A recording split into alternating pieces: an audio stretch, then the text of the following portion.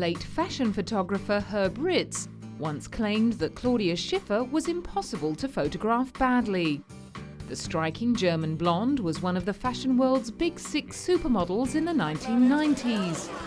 At the height of her success in 1997, she launched her book, Claudia Schiffer Memories, at the luxury London department store Harrods. When you have your place on top, nobody can take it away from you because you will have already made your name. According to Forbes magazine, Claudia has made a fortune out of her beauty. In 2007, the world's most famous monitor of wealth and power estimated her net worth at around $55 million. Born in the small village of Rheinberg, West Germany in 1970, Claudia has two brothers and one sister. Her father, Heinz, was a lawyer, and the family was wealthy, a fact that Claudia later confessed had caused jealousy amongst her peers. Her 5'11" height was not an asset at school, where she was shy and introverted, and keen to avoid being noticed. A good student, she became fluent in English and French, a skill which would come to serve her well in her international career. Upon completing school, her first plan was to follow her father into the law. But at the age of 17, that plan went out of the window after Michelle Laverton, the head of the Metropolitan Model Agency, spotted her in a nightclub in Dusseldorf. The rest, as they say, is history. Not long after her first fashion shoot, she appeared on the cover of French Elle. But it was when Karl Lagerfeld chose her as the new face of Chanel that Claudia's place in the fashion firmament was assured.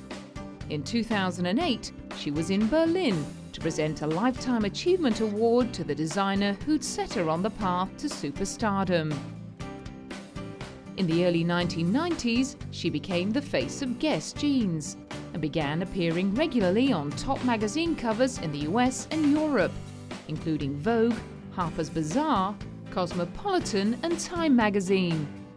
She was also the first model to grace the cover of Vanity Fair, Rolling Stone, the New York Times and People magazine. She had a contract with cosmetics giant Revlon and furthered her catwalk career by working with design houses like Versace, Jill Sander, Dolce & Gabbana and Valentino. Claudia's close working relationships turned into lifelong friendships with a number of the world's most influential designers. At one of Valentino's last shows in 2007, she joined Donatella Versace, Giorgio Armani and Karl Lagerfeld to celebrate the maestro's achievements after 45 years in the fashion industry. However, it wasn't all hearts and flowers back in the 90s. As the hype and fascination surrounding the supermodels reached a climax, designers began complaining about the fees some of the top names were being paid. In 1994, Claudia and a select list of her colleagues like Naomi Campbell and Carla Bruni could demand $10,000 a show. For a week's appearance at a fashion event, such as Milan, they could clear as much as $100,000. Modeling became one of the few industries where women could make more money than men, and some designers made their disapproval known, labeling supermodels vampires for the outrageous fees they commanded. However, Claudia and her peers defended their right to their fees, noting that modeling is first and foremost about sales. Is it still fair that they should be paid so much less than you? We are paid because of what we sell. We are not paid because of what we are. Compared to what we sell, we're paid little. Compared to what we are, we're paid a lot. Men are paid because of what they sell. They're not going to sell so many suits, they're not going to sell any creams, so they're not paid as much as we are. Not surprisingly, given the money involved, the world of the supermodel is highly competitive. Some would say cutthroat. In 1996, Claudia lost the lucrative Chanel contract to newcomer Stella Tennant. Karl Lagerfeld's alleged justification for dropping Claudia was his belief that Stella was more in tune with modern fashion trends. Thankfully for the 26-year-old Claudia, other designers disagreed, and she continued to find her services in high demand. One of her biggest fans was the colorblind and controversial photographer Helmut Newton. While still in her 20s, Claudia was already an elder stateswoman in an industry notorious for hiring very young girls. Aware that every inch of her face and figure was under scrutiny from women and girls the world over, she voiced her concern about the 1990s trend for heroin chic, as displayed in stick-thin models like Kate Moss. Claudia feared that ordinary women would attempt to emulate this unhealthy look and put themselves at the risk of major health problems. And I don't like very much either that the fashion trend right now is supposed to be, the women or the girls are supposed to be very, very thin, which could be very dangerous to all the young women and girls that are reading all the fashion magazines and following every fashion trend. So I think it's dangerous because if they copy everything, they might copy to also wanting to be so thin, which can lead into anorexia, and that's very dangerous. Her courage in speaking out about worrying trends in the industry didn't protect her from her own brushes with controversy. At the height of her career, she caused a stir as a result of her contract with sexy lingerie manufacturer Victoria's Secret, known for its risque catwalk shows and racy adverts. In 1995, a number of primetime US television stations refused to air one particular commercial, which involved Claudia writhing around in scanty lingerie to a soundtrack of jungle drums. The commercial had been shot in Paris. Claudia was surprised by the furore sparked by the ad, which the networks had declared too provocative. She simply saw the campaign as offering her a chance to tell a story that brought out the qualities of the product. The model's massive international profile has resulted in some unusual requests for public appearances. In 1995, Russian President Boris Yeltsin invited Claudia to Moscow to appear in a fashion show for the Our Home is Russia campaign. And she wasn't the only celebrity to accept Yeltsin's invitation. Only the month before, MC Hammer and British musician Glenn Hughes had performed to audiences thrilled to be getting a taste of the West. The campaign was designed to help the president win the youth vote in an upcoming election. In 1996, Claudia was in Shanghai to help promote a new catalogue by mail-order giant the Otto Versand Group. Following Vidal Sassoon's outstanding success in Hong Kong, many designers felt the Chinese market was going to be very lucrative. Huge crowds gathered to catch a glimpse of the famous European beauty. I have always dreamed about coming to China one time, and I've had incredible imaginations of the city and of the people, and I was very, very curious. A few years later, she went to Lebanon for a fashion show and was shown around the presidential palace by Miss Lebanon, Joel Bolok, before meeting the president, Elias Rawi. He presented her with a piece of clothing she had probably never worn before, a blue abaya, a traditional Lebanese robe.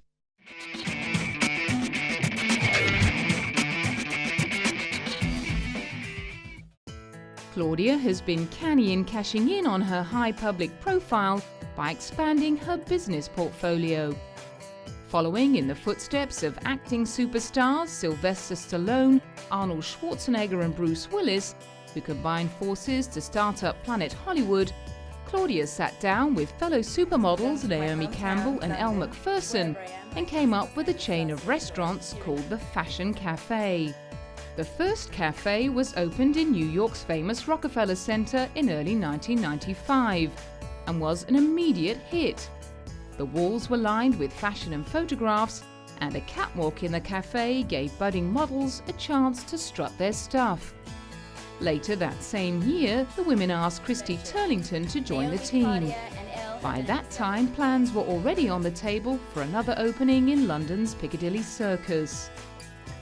2 years later, Claudia took time out from her catwalk work to welcome the crowds into the newest branch of the Fashion Cafe.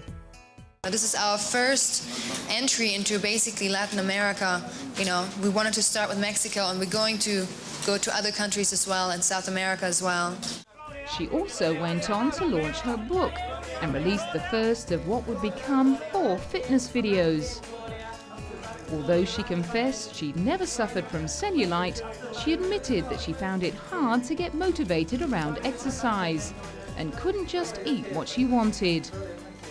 The video was designed to offer people a simple and easy way to exercise and provide an antidote to the many more complicated regimes on the market. Well, everybody is very different, and I have to work out also in order to have a fit body. I'm not one of those people that can eat French fries every day and then just still look great the same way and don't have to exercise ever. I mean, these people do exist, especially in my industry, but I'm not that way. When Pepsi switched to blue cans in their branding battle against Coca-Cola, they employed the German supermodel to spread the news. She was in good company, with fellow supermodel Cindy Crawford and tennis star Andre Agassi also promoting the brand shift. What I like very much about the image of Pepsi, it's very cool, it's hip, it's young. Claudia has also appeared in a number of films and television shows, although she has yet to put in anything more substantial than a cameo appearance. In 2004, she was a guest at the Berlin Golden Camera Awards, where her role was to present the award for Best International Actor. Before the event, she let the press into her little secret and spoke of her excitement about the night. Jack Nicholson. I'm going to give him a prize tonight, together with Thomas Gottschalk, and I'm looking forward to it because I think he is great. In the late 1990s, French car company Citroën used Claudia to promote a car they were exporting to South America. In Argentina for the launch, she reassured her fans that the rumors surrounding her imminent retirement were exaggerated. No, it's not true. No, no es cierto. I was in Milan 2 weeks ago and I did a press conference, and I think that the journalists have not understood me. I think it was a translation problem. It's not true. I love working for Citroën, and I have many other projects. I love being a spokesperson for L'Oreal as well, and I do a lot of modeling still. I do also movies and other things, but I really love my work overall, and I'm definitely not stopping. Aside from her substantial work commitments, she continued to devote time and energy to a number of select charity causes.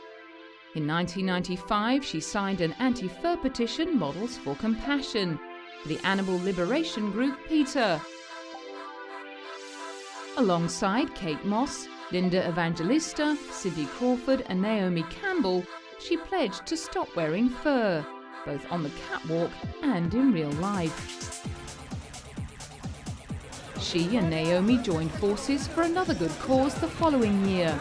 Along with fellow model Karen Mulder, they agreed to let US toy maker Hasbro design a Barbie doll in their likenesses, on the proviso that a portion of the sale of each doll would go to International Red Cross.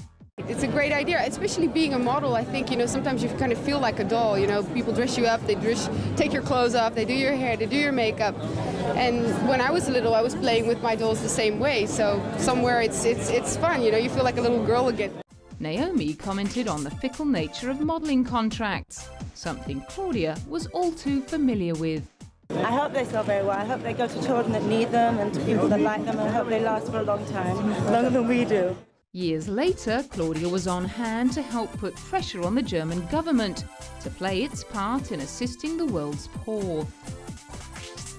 The Germany Live 8 concert was expecting an audience of 100,000 to crowd around the landmark Victory Column, with international artists Green Day, Brian Wilson and Roxy Music included in the lineup. The concert was one of 10 free concerts organised by Bob Geldof on the eve of the G8 summit, and Claudia was invited to speak to the crowd.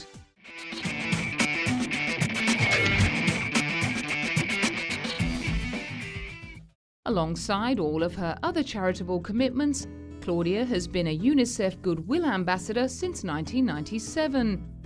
In 2005, she found herself in very illustrious company when she added her soundbite to a public service announcement about the impact of HIV/AIDS on children.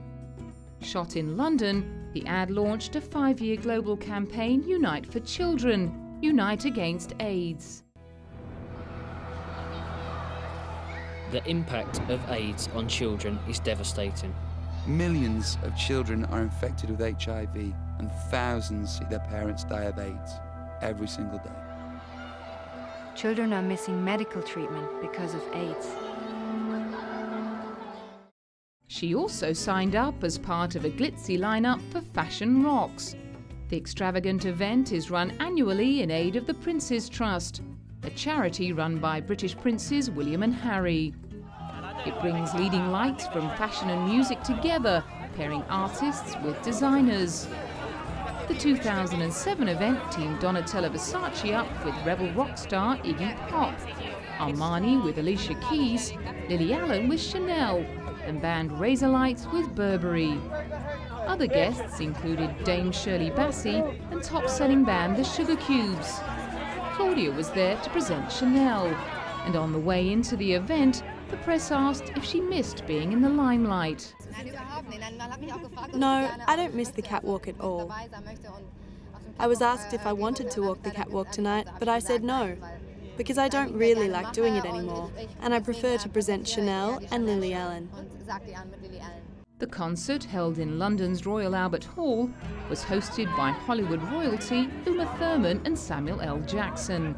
The German model felt the mix of music and fashion made a lot of sense. I do believe, and you can see that, by the way, when you go to see a fashion show, how many, for example, singers and rock stars and so on are sitting in the front row because they all want to see and get inspired by a fashion show, and vice versa. I'm sure a designer gets inspired by a performer that he really likes. So that's why tonight it works really well. It's logical.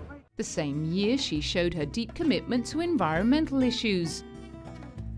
She spoke at the World Economic Forum in Davos, Switzerland, to an audience more familiar with her as a style icon than as an environmental activist.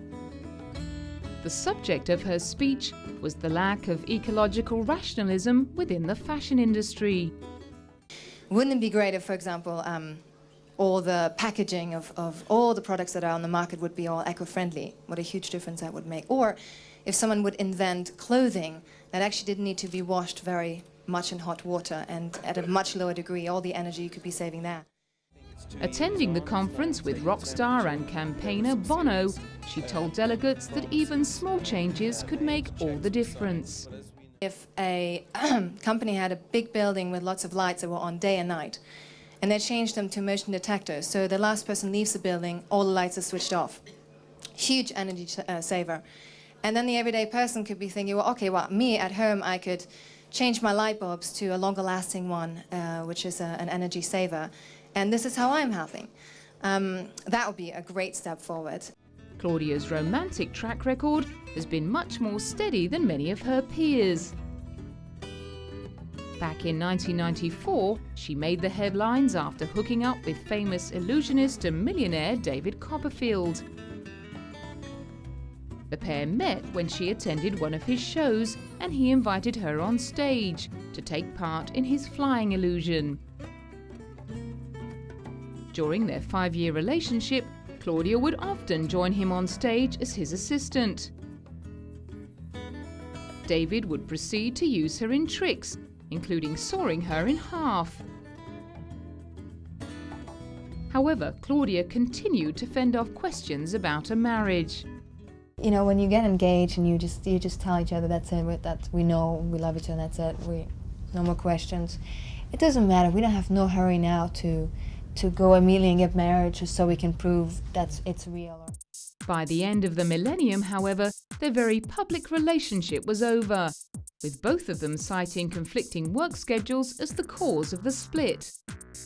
Claudia dated British millionaire and playboy Tim Jeffries before meeting and falling in love with film producer Matthew Vaughn.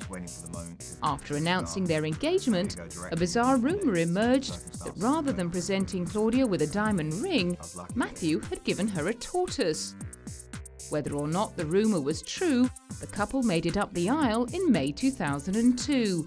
The reception was held at the couple's £5 million mansion, Coldham Hall in Suffolk. The ceremony itself was held in a small church, and locals suggested why the famous pair had chosen to settle in their district. Very, very nice, very quiet, and I think they have the opportunity to just be themselves, and people aren't intrusive here. They'll let you get on with your own business, and it's just a lovely place to live. Getting on with their own business was exactly what the couple had in mind. Casper Matthew was born in January 2003, and a daughter, Clementine de Vere Drummond, in 2004. A third child is due in mid-2010, and in between looking after their young family, Claudia enjoys horse riding, painting, playing tennis and skiing, while Matthew continues his work in the film industry. Since producing the hit British heist film Lock, Stock and Two Smoking Barrels, which earned him £9 million, he's branched out into directing. Sometimes you're in denial about what you want to do in life, and I sort of fell into producing, and then I wasn't creatively satisfied by producing, and just waiting for the moment to start having a go directing, and it sort of circumstances took over very quickly, and I was lucky that it worked out. In 2004, he made the successful transition into directing with another heist caper, Layer Cake, starring Bond hero Daniel Craig. More recently, he directed the children's fantasy film Stardust. Meanwhile, Claudia hasn't completely abandoned public life. She recently combined her love of tennis with her love of dressing up and joined a select pre-Wimbledon function in London, organised by Richard Branson. Now she no longer has to rely on her looks to make her fortune. She can enjoy the party just like everyone else. And thanks to her long association with the creme de la creme of the fashion industry and close friendships with the world's top designers, she'll never be short of a nice frock for that special occasion. Yes, I'm very lucky because I'm a model and I have worked in the fashion industry for a really long time. I know all the designers, and it's really easy for me just to call them up and say, can you please send over what you got? And the thing is, they know my sizes, they know exactly what looks good on me, what doesn't, and what I like. So that's fairly easy, and then I just need to get the accessories together, whether it's handbags or jewelry or things like this. But it's, basically everyone sends everything to you, and all you need to do is just try it on and figure out what you like. It's a tough job, but somebody has to do it.